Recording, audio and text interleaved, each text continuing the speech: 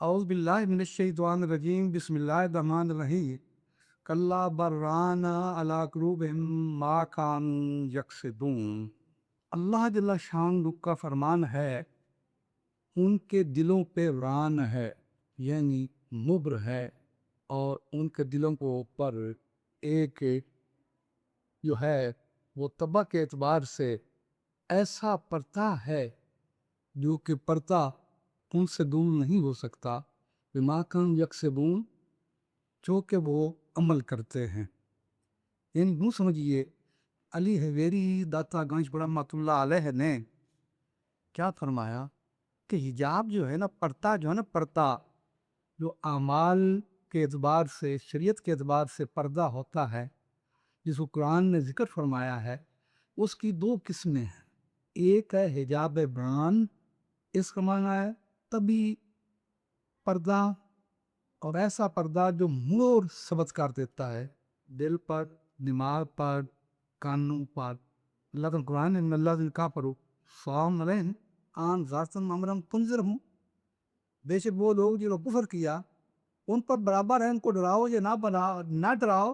خاتم اللہ علی قلوبہم وعلی سمعہم وعلی ابصارہم غشاوۃ، ان پہ عمل نہیں ہوگا کیونکہ اللہ نے مہر لگا دی ہے ان کے دلوں پر، ان کے کانوں پر، اور ان کی آنکھوں کے اوپر ایک پردہ ہے جس سے وہ دیکھ نہیں سکتے کسی چیز کو بھی وہ دیکھ نہیں سکتے، پہچان نہیں سکتے۔ دیکھو حدیث پاک میں آتا ہے آقا علیہ الصلوۃ والسلام تشریف لے جا رہے تھے، ایک نئی خبر سے کھڑے ہو گئے، فرمایا اس خبر والا جو ہے نا یہ مشرک ہے، بے دین ہے، مجھے اس کے سامنے پیش لیا گیا اور کہا گیا کہ پہچان تو یہ کون ہے؟ کہتا ہاں لا ادری، میں اس کو نہیں جانتا۔ کہ دنیا میں اس نے کفر کا پردہ ایسا اپنا طاری کیا کہ مجھے وہ دیکھ ہی نہ سکا، پہچان ہی نہ سکا۔ اب قبر کے اندر بھی اس کو پہچان میری نصیب نہیں ہو رہی، کہتا میں اس کو جانتا ہی نہیں، میں نے دیکھا نہیں اس کو۔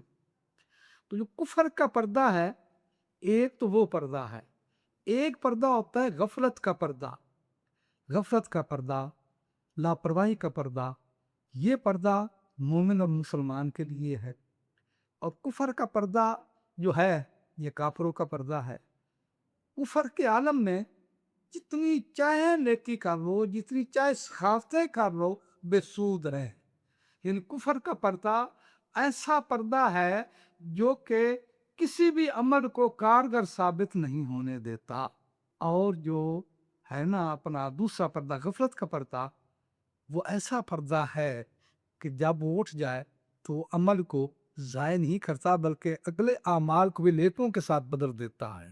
اور کفر کے پردے میں بھی یہ لطافت ہے، جو کفر کا پردہ انسان ہٹا دیتا ہے تو کفر کے دور میں جتنی بھی جہالتیں ہیں، جتنے بھی ظلمات ہیں، جتنی بھی ان کی لاپرواہیاں ہیں، ظلم کے باب ہیں، جب وہ کلمہ پڑھے گا لا الہ الا اللہ محمد رسول اللہ، تو اس کے ساتھ وہ سارے کے ساری خطائیں اس کی نیکیوں کے ساتھ تبدیل کر دیا ہے۔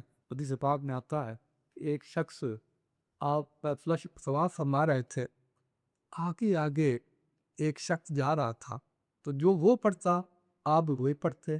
اس نے جب دیکھا کہ میری یہ نقل اتار رہے ہیں، اس کو نہیں پتا تھا کہ اللہ تعالیٰ کے نبی ہیں، اللہ تعالیٰ کے لاڈلے محبوب ہیں، تو وہ کہتا ہے اے انسان، تو میرے سامنے جو بات کر رہا ہے نا، میرے تو نقل اتار رہا ہے نا، میں اللہ کے نبی کے پاس جاؤں گا اور تیری ضرور شکایت لگاؤں گا، میں اس کے پاس حاضر ہونے کے لیے آیا ہوں۔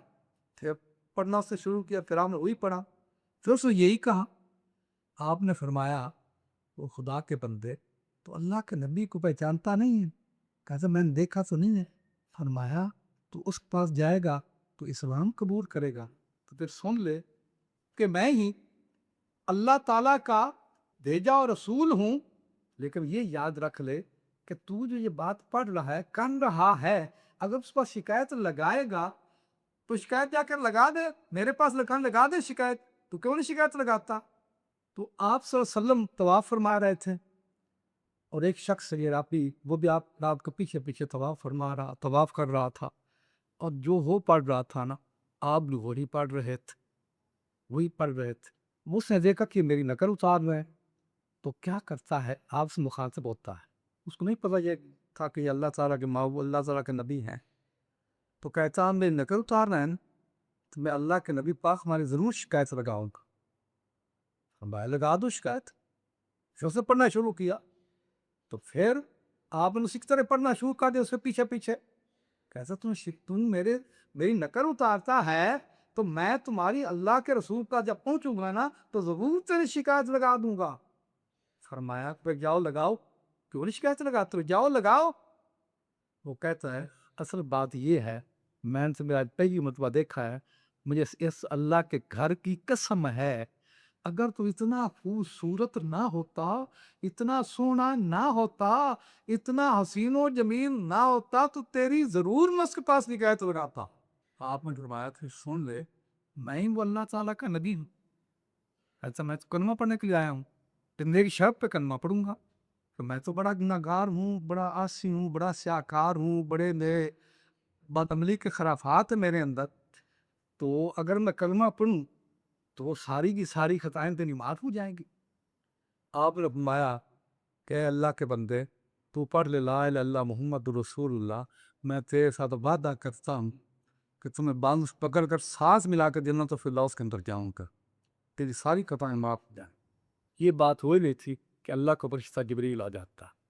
اللہ کا سلام دیا اور عرض کیا تو اللہ تعالیٰ فرماتا ہے محبوب تو بڑا کریم ہے، بڑا رحیم ہے، جو بھی آتا ہے اس کو اتنی عنایتیں کرتا ہے.